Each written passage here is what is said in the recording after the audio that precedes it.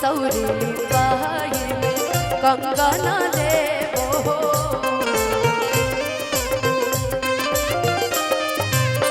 कंगन के धून बना जाइब नाना कंगन के धून बना जाइब नाना। ए भाई दुनिया में मोनू जी हमने के बहुत सारा लोग से मिलल बने बकीर एगो बात कहतनी भगवान की क्रिया खा के कि जौन भाई हमने के मुकेश भैया जैसा हम भाई नहीं देखल आज तक जीवन में। सही बात है और कभी मिल भी नहीं सकता है। ये सत्य है। माध्यम अशोक भैया रहे हमारे मिलवाने का मुकेश भैया से, लेकिन सही में पटना में एक धरोहर है और हम लोग के मतलब उनके हाथ जो मेरे सर पे सबके कलाकारों जो जिनसे प्यार करते हैं ये हम लोग के लिए बड़ा सौभाग्य। आपके और प्रकाश जी पे तो कुछ ज्यादा ही है, देखते रहते हैं हम शिकायत करते तभी हमको कोई चीज मिलता है। हाँ लेकिन भगवान करे कि हमारे भाई ऐसा ही खुश रहे, बबुआ पे हमेशा भगवान की कृपा बनल रहो, हमने की उम्र बबुआ के लग जाओ, पूरा परिवार खुश रहो। कट दो भैया कि पायल के धून बन जाए बनाना दो हमारा बेटा बोलाई बनाना दो कि हमारा बेटा होता। ए भाई चलते रहिए अब रघु कुछ गई हो कि हमारा मुकेश भैया के अरे मुना भइले अंगूठी के नगीना भइले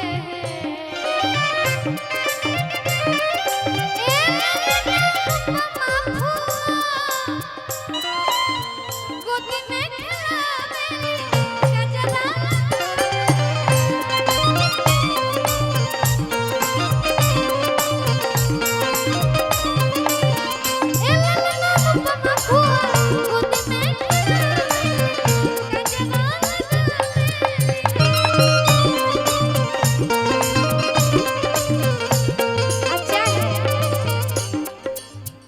हमारा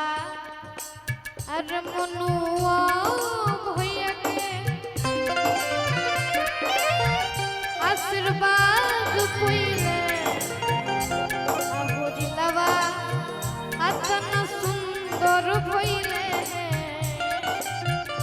आ मोनू चाचा बोलही बनी साथे साथ अशोक बरका बाबा तो वो खाते ए मोनू चाचा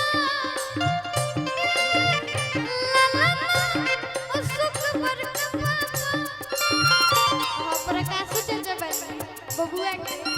लाला प्रकाश चाचा अच्छा है आदित्य चाचा अरे गोदी में खेलावे गोटिया उठावे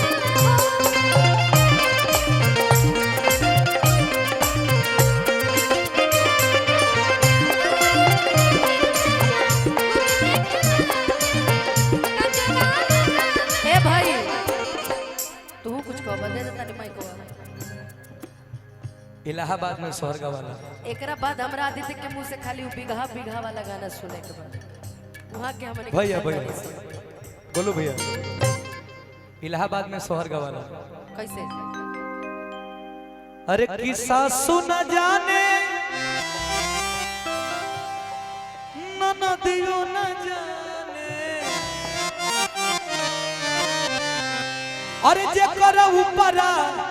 हो जेकरा ऊपरा पिराय उहे जाने दूसर कोनो कहा जाने जेकरा ऊपरा पिराय उहे जाने दूसर कोनो कहा जाने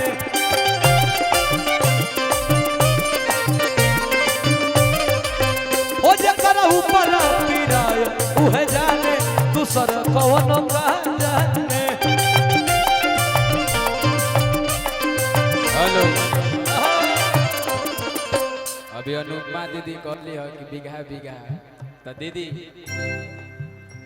हमारा बड़ भाई प्रकाश भैया अशोक भैया मोनू भैया सुधीर भैया सबके आयल बा रघु आयल बा जिनकर लड़का भइल हमारा मुकेश भैया के उनकर मौसा अशोक भैया बनी ना अशोक भैया बनी ना सुधीर भैया हमारे बड़ भाई जब मौजूद बानी प्रकाश भैया की तहरा खाती जाने जिला जमे को दे